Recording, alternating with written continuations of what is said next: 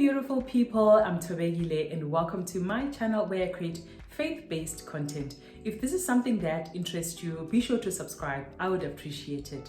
In this video, we're going to be looking at what to do when somebody has offended you.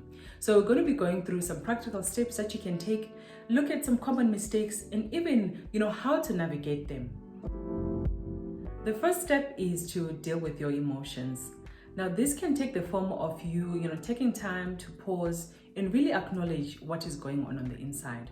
Now, it's important that if you are able, please name whatever emotion, whatever feeling that you're experiencing. And the more you're able to name your feeling, it makes it easier for you to be able to process them, for you to be able to deal with them effectively. Taking time to really deal with your own emotions, with your own feelings, is important because it helps you to clear the air on your side and really prepares you for the next step, of engaging that person. Now, I know so many people deal with their feelings or process their emotions differently.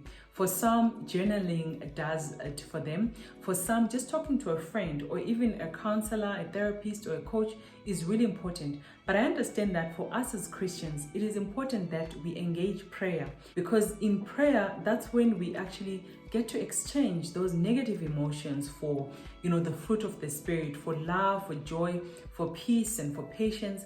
All those things that, Christ has already made available for us. We can get to receive them in prayer. So still on that introspective mode, when we're analyzing ourselves and dealing with ourselves, I think it's important that we also try to analyze the situation, because I find in some cases, when we are offended, we would have taken offense when none was really intended. The second step is to go talk to the person.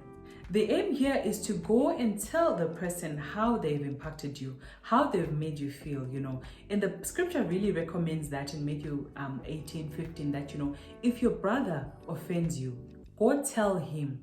We have to go show him his fault. The common mistake here is that, there's some who prefer not to talk about stuff. They prefer to keep things to themselves, not to ruffle any feathers. What I would suggest is that it's so healthy to express your emotions, especially in a productive way.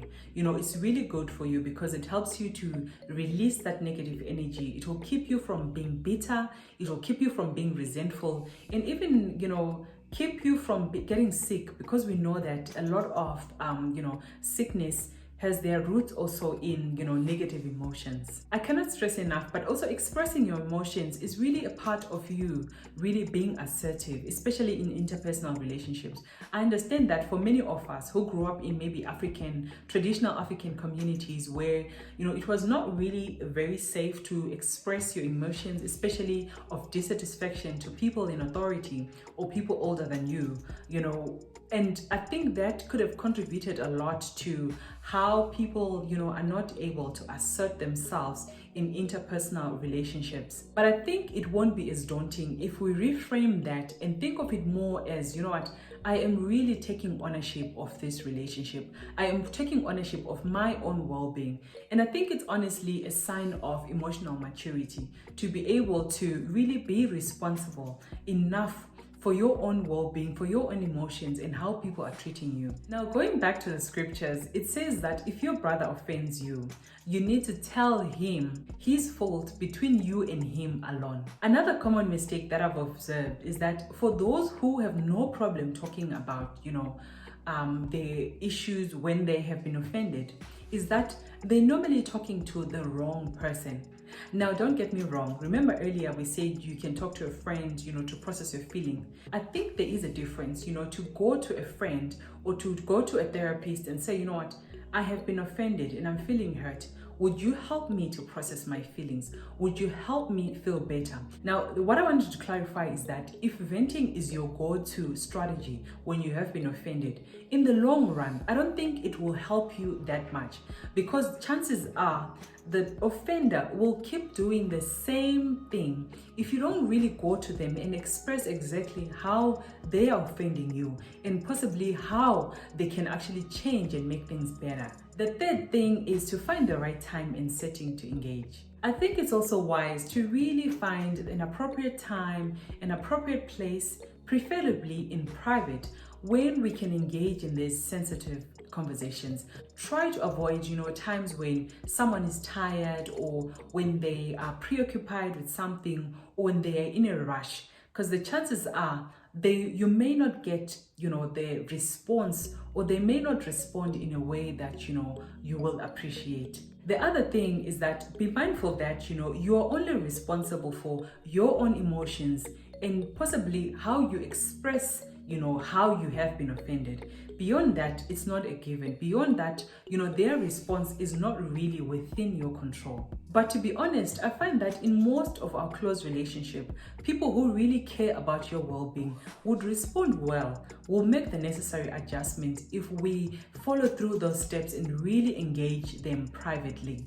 But even if they don't, I think you would have done your part. You can still congratulate yourself for being responsible and taking the initiative, trying to repair the relationship. I understand that there are some difficult cases where the two of you can, fail to find a middle ground. And I think in that case, that's when we call in an arbitrator, an independent party who can really help, to settle the dispute, to help you, see things, differently. Because I think in some cases, it can be an issue of the other person has their own point of view as well. So I think the arbitrator can really help you to find a middle ground. So in some cases, an arbitrator can also fail, or that independent party can also fail. I think that's when you can really escalate it to, your courts and, your church or the wider community resources. But I find for most of our interpersonal relationship, in terms of our family and friends, they respond better to the first two steps. So try it next time whenever somebody has offended you, to deal with your own emotions first and then try to engage the person. But be careful to find that appropriate space in that appropriate time. And, I think it's a matter of us perfecting, this craft, perfecting the skill of really expressing ourselves when we have been offended. In the next video, we're going to be talking about cases where you are the one who has offended somebody. How would you deal with that? Otherwise, thank you so much, guys, for tuning into this one. I will see you in the next one.